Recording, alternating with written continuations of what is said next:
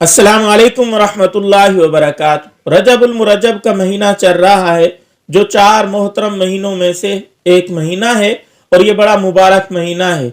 इस महीने में कुछ लोग कूंडे बनाते हैं, उनको तकसीम करते हैं। तो ये कूंडे 22 रजब को बनाने चाहिए या 15 रजब को बनाने चाहिए और तकसीम करने चाहिए। और बाद लोग इसको फातिहा का नाम देते हैं और कुछ लोग कहते हैं ये बिदआत में से है और कुछ कहते हैं कि ये इसाले सवाब है। इमाम जाफर सादिक रहमतुल्लाह अलैह को हम सवाब करते हैं, इसलिए ये बनाते हैं। देखे मोहतरम, बहुत सारे मुसलमान सुन्नी ये जरूरी समझते हैं इन खोंडों को बनाना।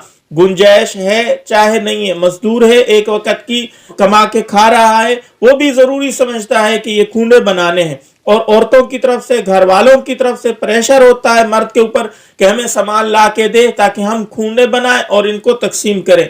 देखें, आपने इमाम जाफर सादिक रहमतुल्लाह अलैह को इसाले सवाब करना है तो फिर खूनों के जरिए क्यों है? इसके अंदर आपके पैसे भी लग रहे हैं, आपके पास पैसे हैं नहीं, घर वालों की तरफ से जोर होता है कि उधार उठाओ, कहीं से भी लो, खूंडे बनाओ और तकसीम करो। देखें, अगर आपने इसाले सवाब ही करना है तो इसाले सवाब कुरान मजीद पढ़ के भी किया जा सकता है। किसी गरीब के बदन पे कपड़े नहीं है, उसको कपड़ा पहना के भी आप इसाले सवाब इमाम जाफर सादिक रहमतुल्लाह अलैह को कर सकते हैं।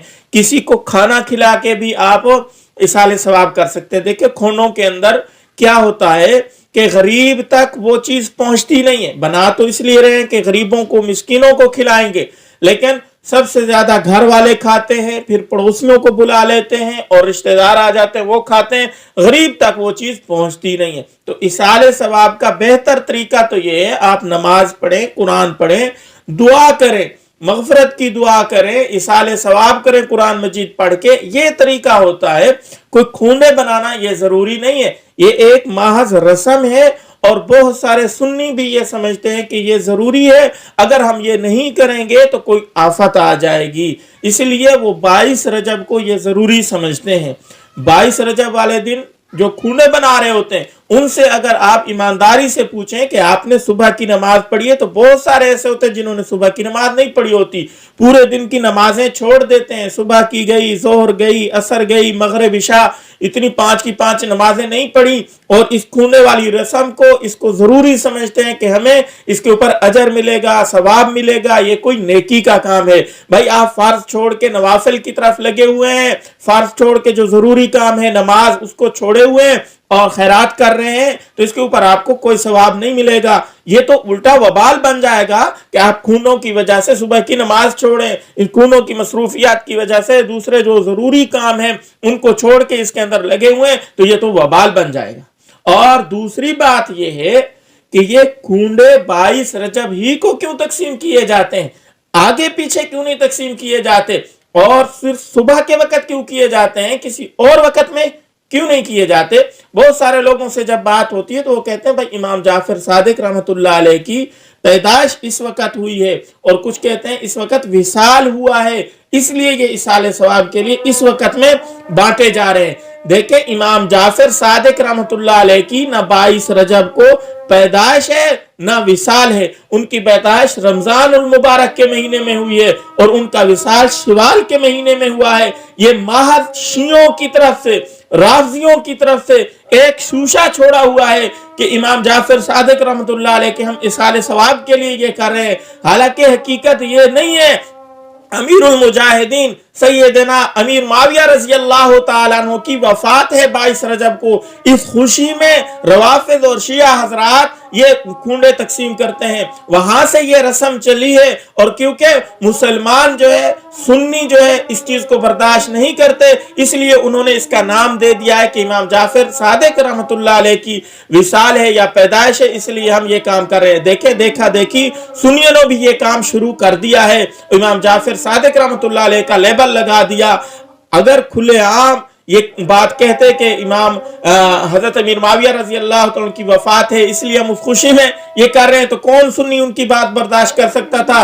कोई भी गैरत वाला मुसलमान जो है ये बात बर्दाश्त नहीं कर सकता, इसलिए उन्होंने ये नाम ले दिया है کہ امام جعفر صادق رحمتullah علیہ کی اس دن جو ہے پیدائش ہے یا وفات ہے. دیکھیں رمضان میں ان کی پیدائش ہے، شوال میں ان کی وفات ہے، تو امام جعفر صادق رحمتullah علیہ کے ساتھ اس خونوں کا کوئی لینا دینا نہیں ہے. رسم ہے، اس رسم کا انکار کرنا، اس کا بائیکاٹ کرنا ہر سنی کے اوپر لازم ہے. دیکھیں حضرت معاویہ رضی اللہ تعالیٰ عنہ جلیل القدر صحابی ہیں نبی علیہ السلام کے، 66 لاکھ مربع میل پر انہوں نے اسلام کا پرچم گاڑا ہے. انہوں نے 20 سال کے قریب حکومت کی ہے. ان کی حکومت میں دور دور تک اسلام پہنچا ہے، فتوحات ہوئی ہیں. حضرت معاویہ رضی اللہ عنہ کی وفات کے اوپر جو خوشی منا رہے ہیں ان کے ساتھ آپ شریک ہو رہے ہیں. جانے انجانے میں اس سے بچیں، ورنہ حضرت معاویہ رضی اللہ عنہ کا ہاتھ ہوگا اور جو لوگ خوندے بناتے ہیں ان کا گریبان ہوگا. قیامت والے دن حضرت معاویہ رضی اللہ تعالیٰ عنہ پوچھیں گے کہ میرا قصور کیا تھا کہ تم نے خونوں کی رسم کی، تم نے میری وفات کے اوپر خوشی منائی. میرا قصور یہی تھا کہ 66 لاکھ مربع میل کے اوپر میں نے حکمرانی کی، اسلام کا پرچم گاڑا، میں نے فتوحات کی، میں کاتب وحی تھا. میرا یہی جرم تھا کہ میں نبی علیہ السلام کا صحابی تھا.